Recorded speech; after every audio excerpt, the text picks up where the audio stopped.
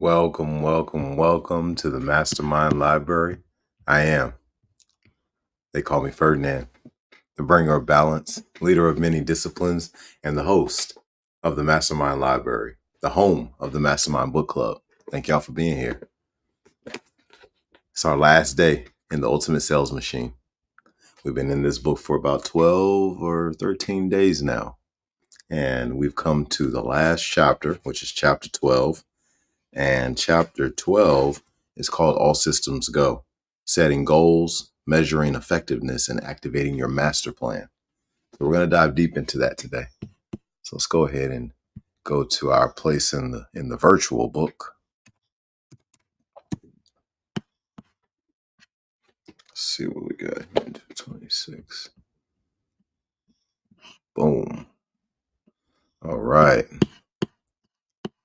All systems go. Let's go ahead and make our book a little bit larger. Setting goals, measuring effectiveness, and activating your master plan. And hopefully the type is large enough for everyone to read. I made it a little bit larger. I think that should be good. All right, let me go ahead and dive on into this. Goal setting and measuring effectiveness is the 12th core skill area of the Ultimate Sales Machine, and it's designed to soup up all 11 that come before it. According to the Ultimate Sales Machine, mindset setting goals is not simply about writing them down periodically, although that is a part of it, but about mastering your focus so that achieving those goals happens quickly and automatically. This chapter will help you to not only improve your business, but live a healthier and happier life. As you've learned throughout this book, mastering anything is not about doing 4,000 new things, but doing 12 things 4,000 times. To master your business, you will no doubt go through each of the competencies in this book again and again, each time seeing more and more improvement and growth in your business. You can't be a master at all of these skills instantly, but setting periodic goals will speed the process. The latter half of this chapter will give you detailed processes for tracking all your major initiatives, especially your Dream 100 effort. What if, in addition to all the steps, tools, workshops, and insights you have learned in this book, you had one more added advantage: a computer programmed to exclusively focus on seeking out opportunities and generating success for you even while you sleep. This computer does nothing else all day but look at the world around you, searching for anything and everything that will create more success in every aspect of your life. Sound good? In fact, you do have exactly that kind of computer in your brain. It's called the Reticular Activating System, RAS. And the problem is that most of us have unknowingly set it to seek out things we don't want instead of achieving the amazing results we dream about. In this chapter, you will learn what the RAS is and how to harness its power to create success in every area of your business and life. You will also understand exactly how to set goals and measure effectiveness to put you on the fast track to growth. Finally, you will get a detailed look of the best example I've ever seen of a company using pig-headed discipline and determination to master and execute the 12 competencies you've learned in this book so it could become the ultimate sales machine. What we think defines who we are. The reticular activating system is that awesome computer in the brain that most of us never use on purpose. Every day, we have thousands of thoughts that seem to leap in and out of our minds. The truth is that those thoughts affect every cell in our body.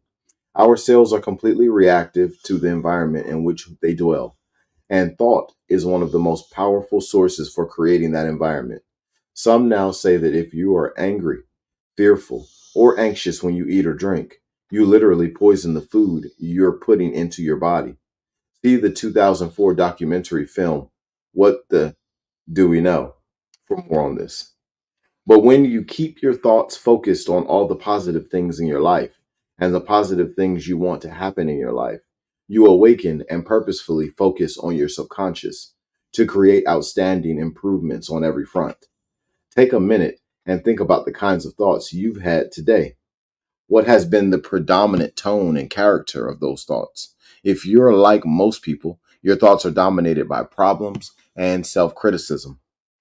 People tend to dwell on what's not working in their lives. And, as mentioned before, people bond easily over shared unhappiness, sorrow, or complaints. Listen to the people around you. It's amazing how many times you will hear things like, I hate when that happens, or I'm so out of shape, or I can't do that. The reticular activating system is the attitude programmer of the brain, and its power lies in the fact that the subconscious accepts all you feed it as reality. So if you're telling it you can't do something, guess what? You won't be able to do it. The subconscious cannot make judgments about the thought and say, "Oh, she doesn't mean it. Let's do it better this time." It cannot distinguish between a real perception and an imaginary one. So if you perceive you can't do something, you'll probably fail. Worrying has the same impact. If you worry about a problem, your subconscious thinks the problem is what's important to you and it won't help you find solutions. To find solutions, you have to change your thinking from worrying about the problem to demanding solutions. I've done it 100 times in seemingly impossible situations. I have even applied this information to how I raise my children. When either of them says anything like, I can't, or I'm no good at that, I say, what's that called? They moaned, failure reinforcement. One day when my son was learning tennis, he said, I just can't get the hang of that serve. Then he looked at me and caught himself, but I'm getting better every day. They may have moaned and groaned, but in no time, they were both seeing the fantastic results that come when you focus your RAS on what you want in your life instead of what you don't. Have you ever heard the saying, fake it till you make it? The reason this works is that by adjusting your attitude or faking it, as you had already reached the goal you are trying to achieve, you are tricking your subconscious into creating that success or skill level as a reality. Whatever you tell it over and over again is what it believes and what it will bring more of into your life. Have the attitude Have the attitude that you already have the success you want, and your subconscious will work to bring about more success in your life. Attitude is the only thing we can control in life, yet it's also the most powerful. You can't control your spouse, your kids, the weather, your coworkers, or the economy. You can try to better understand each of them, but you can't control them. All you can control is your perception and your attitude. The good news is that perception and attitude are all you need to control to achieve your goals and dreams in life and business. How it works. Let's say you're walking through an airport looking for your gate. You've got 2 hours until your flight, so you're not in a hurry.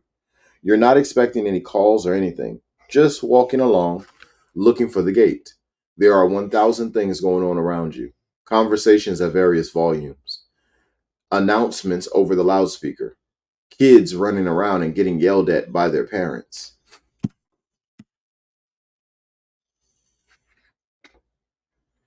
You're not paying attention, so you're not hearing any of it. Then suddenly, Joe Smith, pick up the white phone, and you go, hey, that's me. That's your reticular activating system screening out everything that won't interest you and then waking you up to something that will interest you. In a crowded airport with thousands of commercial messages and announcements and other distractions, your RAS will tune out everything.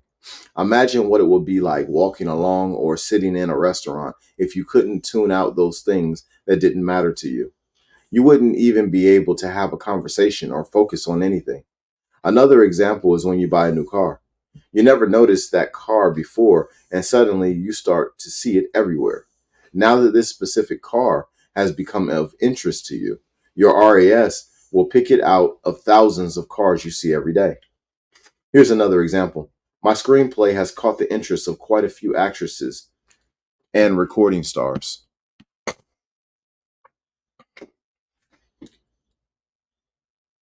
I would never have even heard of some of these women had they not been interested in making this film.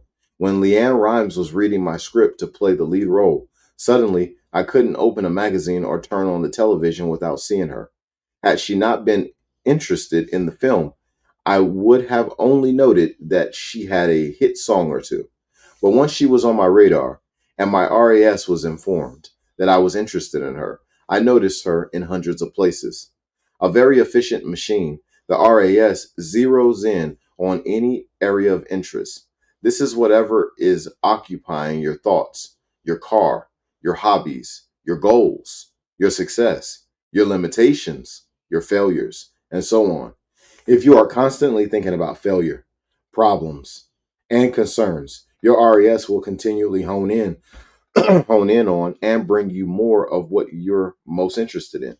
Whether it's failure or success, your RAS will direct the full force of your brain to sort through the clutter and carefully select and guide you to the reality that is consistent with your thoughts.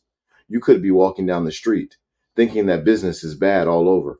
You look around and see a going out of business sign and think, see, really is bad. But right next door, there is this huge expansion project with lots of new businesses. Yet you don't even see it because that's not what you're thinking about. The RAS is a powerful device that most of us don't consciously use. Harnessing the power of the RAS. When I go in to help a company that's in trouble, the most powerful thing I do is to get them focused on solutions and setting goals for improving the situation. This shift in focus shows up in the results the company is getting. With everyone devoting at least an hour a week to focusing their RAS on finding solutions and improving the business, solutions begin to appear and the business begins to improve. One way to harness the power of the RAS is to do proactive workshops to get everyone focused on solving the problems instead of focusing on the problems. Strings into steel. The truth is that the RAS is already fully functioning in your life, helping to create a reality that is in line with your thoughts. Any statement you make to yourself begins in the subconscious as a thread of an idea. Each time you make a statement, the thread gets thicker. Say it to yourself a few more times, and the thread turns into string, then rope, then bands of steel that absolutely obey the reality you create. We all have programmed beliefs about our own limitations. We tell people things like, I can't remember names, I'm a klutz, I can't cook, I can't dance, or I always mess things up. When we first said them, they were just a tiny thread. But now that we've said them to ourselves and others hundreds or thousands or even thousands of times, imagine how ingrained they've become. We focus our subconscious on fulfilling our programmed reality of forgetting names, tripping up the stairs or over our dance partner, burning dinner, and messing things up. But what if you believe that you are great at names, extremely coordinated, and a great cook and dancer, and that success came easily to you? If that were your belief system, what activity would your subconscious be working on right now? Creating your success. A shortcut. Keeping your mind focused on your success may be difficult at first, but here's a shortcut to help you make the transition. Your mind is more receptive when it is less busy. Right before you go to bed and right when you wake up, you are at your most receptive. That's the best time to really focus on your RAS, on all the positive things you want in your life. If you picture yourself succeeding or overcoming something at those times, your brain will grab hold of that much easier. If you're about to have a big meeting, picture it exactly as you want it to go. This visualization will stick with you as you enter that meeting and help create the results you want. It's important to keep your brain working in the present. Tell yourself, it's a great day today, rather than I will have a great day today. Or success comes to me easily, rather than success will come to me easily. This is called auto-suggestion. Phrase your goals and desires as if they already exist, because then your brain will work on fulfilling them faster for you. If you say you will be a billionaire, the brain says, oh, okay, I will do it. That means I don't have to do it right now. Instead, say, I am a billionaire. Then your brain says, oh, wow, I have to make that happen. Have you ever gone to sleep saying to yourself, I have to wake up on time tomorrow? And the next morning you wake up right before the alarm goes off? How did your brain know? Think about that. In addition to the billions of calculations per second that our brain makes, it also has a clock that can tell you exactly when to wake up. Or have you ever said to yourself, I better not oversleep tomorrow? But then you did. Note the difference in the way you say things. With, I have to wake up on time tomorrow, all your brain hears is, wake up on time tomorrow. Say, I'd better not oversleep tomorrow, and all your brain hears is, oversleep tomorrow. So phrasing is important to the subconscious mind. You must state things as if they are already in existence. Tell your RAS exactly what you want and focus on the positive. Thomas Edison, who invented the light bulb, the movie camera, and dozens of other ingenious things, said, never go to sleep without a request to your subconscious. You can actually pose something to your subconscious as you go to sleep and wake up with the solution in mind. Napoleon Hill wrote that you should demand that your subconscious give you the solutions or answers that you desire. One way to put your subconscious mind to work for you is to create a recording of your own voice that you listen to every night before you go to bed, feeding proactive affirmations into your subconscious. For 12 years, I listened to a tape of my own voice every single night before I went to sleep. I was talking directly to my subconscious, and I played the tape when my mind was most receptive. My income doubled for 3 years in a row. Exercise. Create an RAS recording of your own voice using whatever technology you have, cassette, digital recorder, and so on. First, use your favorite relaxing background music to play as you record. Then, talk yourself through some relaxation exercises. Tell yourself to close your eyes and imagine you are in a calm, peace, like a calm place like a peaceful lake or in a hammock on a sunny day. Whatever is a calm image is for you. Tell yourself to relax into that scene and breathe deeply. Count back from 10 to 1, feeling each number relaxing you more and more. This puts your brain into a less active beta mode. This also helps you sleep and close down your mind. Next, state a series of affirmations about your life, yourself, and your life. These are all positive beliefs about yourself, who you are, and what you want in your life. Just make sure you state them as if they are already a reality so your brain starts to work on them subconsciously. Here are a few great affirmations for anyone. I attract success. Success comes to me easily. Abundance and prosperity flow to me from every direction. It's easy to be successful. I only think positive thoughts. I'm in perfect health. Sales affirmation. In each of my weekly sales meetings, I make every salesperson repeat after me as I give them various affirmations. One of my favorites for salespeople is I love to cold call in the morning. When I was a sales rep, I wrote those words on a sheet of paper and put it up on the wall in front of me. I would then say them out loud and with great fun in my voice. If you are in sales or run a sales team, there is simply no better affirmation. Cold calling is the toughest activity for most salespeople. Me, I love to cold call in the morning. I suppose it's from years of repeating that affirmation. Record 10 affirmations that are perfect for you. Remember to keep them positive and in the present. Restate them again and again until the tape ends. I have to say that this is the most powerful thing I've done to climb out of my blue collar upbringing. Once you've created this recording, listen to it just before you go to sleep every night. Yes, my wife made me put on headphones so she wouldn't have to listen too. Using your RAS in goal setting. Goals focus your attention and enforce your brain to attract what you want. Most people spend more time planning a vacation than they do planning a life. But setting goals in every aspect of your life and business puts your RAS to work on purpose at attracting great things. This is because the minute you write your goals, you have focused your subconscious on your success and it immediately begins creating that reality. That's why just the act of writing down your goals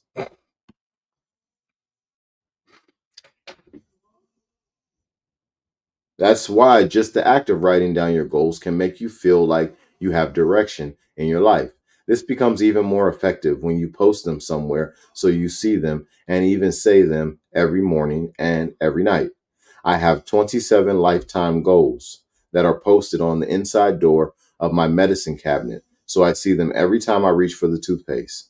One day I realized how to put five of them together and accomplish all five with just one action. Had I not looked at that list daily, I never would have connected those dots that way. My subconscious was constantly looking for ways to realize those goals as easily as possible.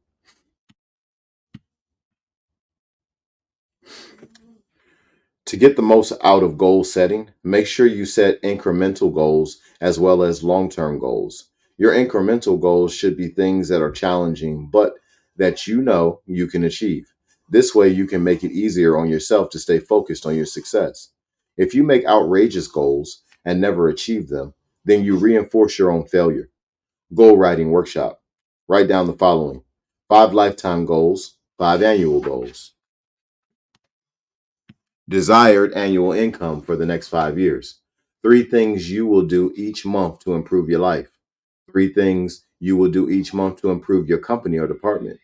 Three things you will do each month to improve your performance. Post each of these lists in an appropriate location so that you will see them every day. State them as if they already exist. I make five sales every day. My business grows by X% every year. Answer these questions to create more goals and focus your attention on creating success. What three obtainable things do you want from your business job? Write them as if you already have them. What three things will you do with your staff every month to make them more effective? What three things will you do to make yourself happier and healthier? How often and when will you do them? Measuring effectiveness. Keys to increasing performance. Another way to achieve goals quickly is to measure effectiveness every step of the way. If you are constantly measuring effectiveness, then you will be able to quickly and easily adjust when something is not bringing about your desired result. People respect what you inspect. So when I work with companies, we put all kinds of measurement systems into place. Here is a tool that you can duplicate and adapt to specific areas of business where you want to measure the effectiveness of your procedures. This is a sales performance worksheet for a salesperson selling employee benefits and insurance packages to companies. First, I'll show you the pieces of the report broken down, and then I'll show you how all of this information fits on a single sheet of paper. Across the top, it shows how many calls this salesperson made each day. In this case, it was a 4-day week. Because he was selling these insurance plans to entire companies, his target contacts were CEOs, CFOs, controllers, and human resources people. As you can see, he got 8 CEOs on the telephone the first day and 26 during the week. He also got 10 CFOs, 3 controllers, and 29 human resources people on the telephone. But if you look down at the next section of the worksheet, you see he only got 4 orientations or appointments scheduled out of 214 calls he made. It doesn't sound like much, but this form tracked his Dream 100 effort. So each of the 4 appointments set were huge companies. Therefore, this was actually a highly successful week. Notice that he got 35 people who wanted him to call them back, while 21 people hung up on him or told him flat out that they weren't interested. Then there were 12 times that he couldn't get through the gatekeeper at these huge companies. I included actively looking as a category because every now and then you get someone who is looking for whatever you sell. This salesperson didn't find any of those this week, but when you do, it's a great day. You changed, just changed broker is another important and motivating category to track because those are the ones that you might have gotten if you had called just a few months earlier. And getting appointments wasn't the only option for this salesperson to achieve with each phone call. Here's the next part of the call report. As long as you're going to be on the phone with someone and do all this work, You should capture important data to help target this company even better at every turn. So this salesperson asked questions and collected direct dial telephone numbers, email addresses, and direct fax numbers as he went, putting more and more information into the database on his dream clients. As you saw in the first section of the worksheet, this salesperson only got 4 appointments, but he wasn't going to just give up on everyone who said no or whom he couldn't reach. The next section of the worksheet tracks his follow up activities. All right, these are the follow up activities, y'all. All right, let's keep going. For every single call he made, there should have been a follow up action. For example, we designed a fax to send when someone hung up on him. Remember that breaking through the clutter, even to get hung up on, now gives you a tiny filament of contact.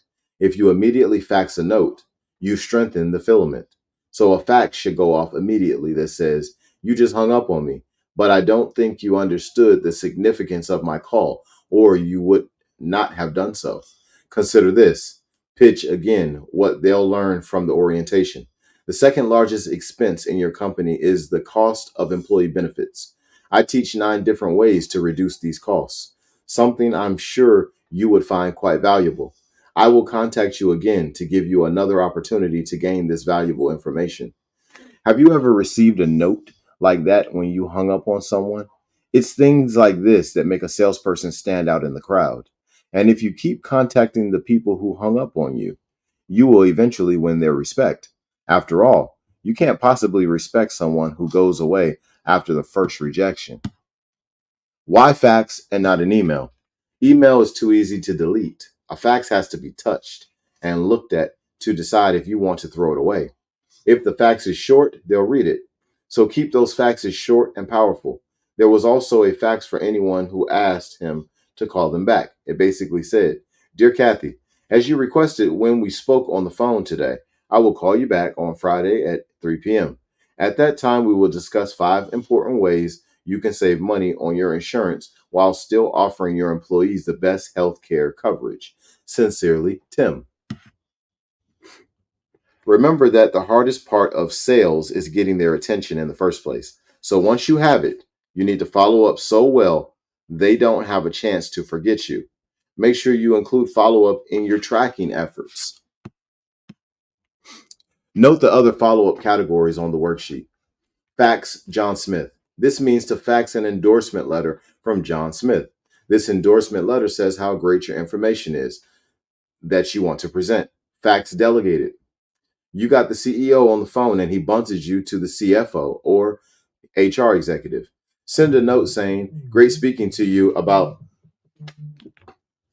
the 5 ways to save money on your company's largest expense, employee benefits. You said you wanted me to talk to Kimberly Bird, so I will contact her immediately.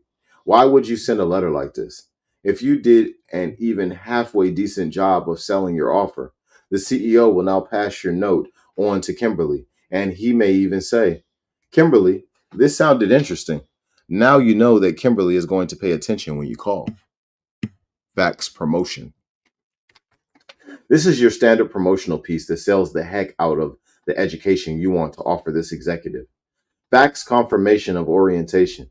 How many times have you set a meeting only to have the prospect cool off and cancel or not show? The way to make sure that this doesn't happen is a complete warm up program to keep that executive interested in the meeting. So, first, fax a confirmation that is full of sizzle about how great the meeting information is going to be. Then, a day later, fax or email at this point an endorsement letter from someone else who saw the information you're going to show them. As mentioned, the fill in the blank worksheet for our meeting document is a great piece to send. Executives now look at the teaser, and if you've done a great job, they'll want to know what they're going to write in those blanks. This single sales performance document is not just a measuring tool, but a management tool. You'll note that this particular salesperson didn't do all the follow up he should have for the effort he made at the top of the document. So when I received this call sheet, I was able to train and improve the rep skills based upon the data reported.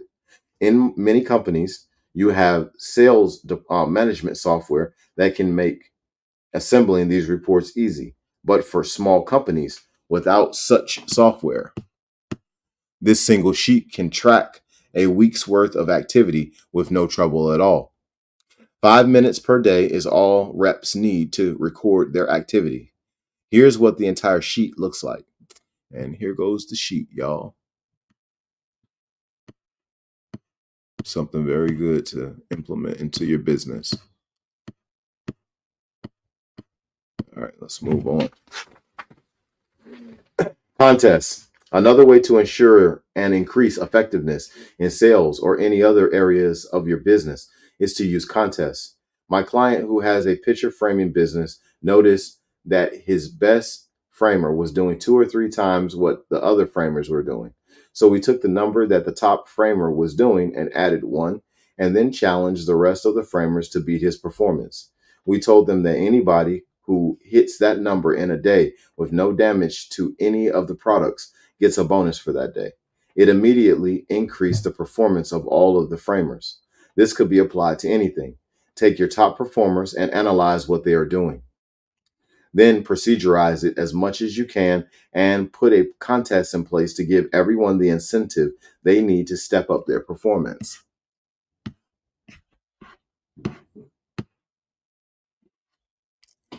Henry Ford used a similar tactic, but he didn't even need to create a reward for the increase in productivity. As Napoleon Hill mentioned in Think and Grow Rich, Ford went onto the factory floor with a can of paint and put a large number 6 in the middle of the floor. When the night workers asked what it meant, he told them that it was the number of cars the day crew built. The next morning, he came in and learned the night crew had built 7 cars. He then painted a 7 over the 6 that had been there. When the day crew asked about it, he told them that that was how many cars the night crew had built. Just by playing the day crew off the night crew, he was able to substantially increase productivity for his factory. I am using this method with a sales team I am working with on cold calling. Every 2 hours, we post on the sales room. We post in the sales room the number of calls each person has made. Every 2 hours, everyone looks up and sees where they stand in terms of productivity and who is ahead or behind them. This creates a natural competitiveness that is also fun. In 1 week, this simple act of posting the numbers has tripled the amount of cold calls this team is making. This company even has a software program that gives them this data at the push of a few keystrokes. If you're not measuring effectiveness, your organization's productivity is lower than it could be, and your goals are further away than they need to be. So create performance worksheets, institute contests, and put the numbers up. Then see what happens in your company or department. Firing on all 8 cylinders. As you have learned, the key to success is not about doing 4,000 things, but mastering just 12. This book has taken you through the 12 core skill areas that will put you at the top of the market as long as you continue to perfect and systematize those skills with pig-headed focus. With these steps and your determination, there isn't any problem that you cannot overcome. To illustrate this point, here's an example of an impossible situation that was turned around just by doing the 12 things you have learned in this book. I've told small parts of this story already, but it is the ultimate example of everything you have learned about working together to create amazing results. Billionaire Charlie Munger. Billionaire Charlie Munger first hired me to sell advertising for a magazine called California Lawyer. At the time, it was the highest circulating publication for lawyers in that state, but it had only 2% of national advertising market share out of 45 competitors, which meant it was all the way down in the number 15 slot. The National Lawyer magazines holding the first 4 slots had so much of the market that everyone else just got scraps. There were 2 major challenges I faced in getting national advertisers to advertise with us. First, we were a vertical market publication, meaning we reached only one profession, lawyers. Companies like Xerox, which was front and center in my Dream 100, typically followed a strategy of horizontal marketing. They advertised in magazines like Business Week that had a national circulation reaching business people in all fields. They were already reaching doctors, lawyers, and dentists and zookeepers all over the country. So why would they want to spend a lot of money to go into a vertical market publication? The second biggest challenge was that we were a regional publication. Large companies don't buy advertising in regional vertical publications. Some of those big companies might spend a small part of their budget on vertical markets, doctors, lawyers, architects, etc. But they surely weren't going to buy into those vertical markets state by state when one or two national vertical publications reach lawyers or doctors in all 50 states. From a strategy standpoint, it was a sale that simply couldn't be made. In fact, many of these big companies had already decided that specific vertical markets were not worth the trouble. An advertiser that had already decided it was not interested in the lawyer vertical market was definitely not interested in California lawyer, no matter what our unique selling proposition was. I could tell them over and over again that we were the highest circulating magazine for lawyers in California. But was I going to get them to advertise? Never. Clearly, our selling proposition would would get us nowhere. So I focused all of my efforts on establishing our other ultimate strategic position, USP. Using each of these 12 core skills you've learned in this book, this is how we outthought the pants off the competition. First, we went totally generic and offered a presentation called How to Succeed in the Legal Market, based on all the core story research we had done. The research was amazing. According to the US Census Bureau, lawyers are the largest daily producers of words. They put out more data every day than any other business or profession. This and their high income and profits made them an excellent target for technology companies. So the first part of the sale was not to sell our magazine at all, but rather to educate companies on why they need to be interested in the legal market. But now, even if I were to make the first sale, that of getting large companies to take an interest in the legal field as a vertical market, my regional publication was not a viable place to advertise. If they went in California alone, what kind of thinking would that be? So the next part of the sale had to give brilliant justification. It had to set the buying criteria. We had all this data on California as the state that leads the nation. At the time, the average state had 18,000 lawyers, while California had 143,000 lawyers. Today, California has more than 200,000 lawyers. Huge difference. California led the nation in cutting edge legal initiatives and thinking. In fact, more precedent setting law comes out of California than any other state. One third of all the nation's largest corporations house their corporate counsel in California. The data went on, effectively showing that if you really want to make it in the legal market, first, you must have a stronger position in California than anywhere else. And next, you could test the legal market in one state before spending larger dollars to go national. So let's break this down into steps. Step one, what is the best possible strategic position? In our case, we established our position as part of a market that was super worthy for them to go after. Step two, next we established our position at the top of that market so they knew that of all the choices they could make to penetrate this market, advertising in our magazine was the most potent. Step three, we put all this into an educational orientation and made that our first offer to every advertiser. Step four, we mounted a Dream 100 effort where we started hitting the biggest possible advertisers so hard, so frequently, and with so many approaches and offers that they got to know exactly who we were in a very short period of time. Step five, I rehearsed the sales staff on that presentation again and again and again. Still, Still, there were those who didn't get the strategy. Wait, why would I do all this when all I really want to do is sell advertising? I took these more tactical executives by the hand, brought them into client meetings, and showed them the awesome power of using market data as a motivator. They caught on pretty quickly at that point. Step 6, I worked through the time management procedures daily, constantly demanding to-do lists from the staff. Step 7, I trained the staff on the 7 steps to every sale in great detail. I gave spot quizzes, did workshops on every step, and hot seated the reps on specific accounts and their activities related to the 7 steps. Related to the 7 steps. Step 8, I worked the heck out of the follow-up procedures, putting into place more and more opportunities for bonding and building valuable relationships. Step 9, we worked the trade shows like champions, always being the life of every party and throwing the best parties. Eventually, we started our own trade show for all the advertisers in the industry to come and learn how to market better to attorneys.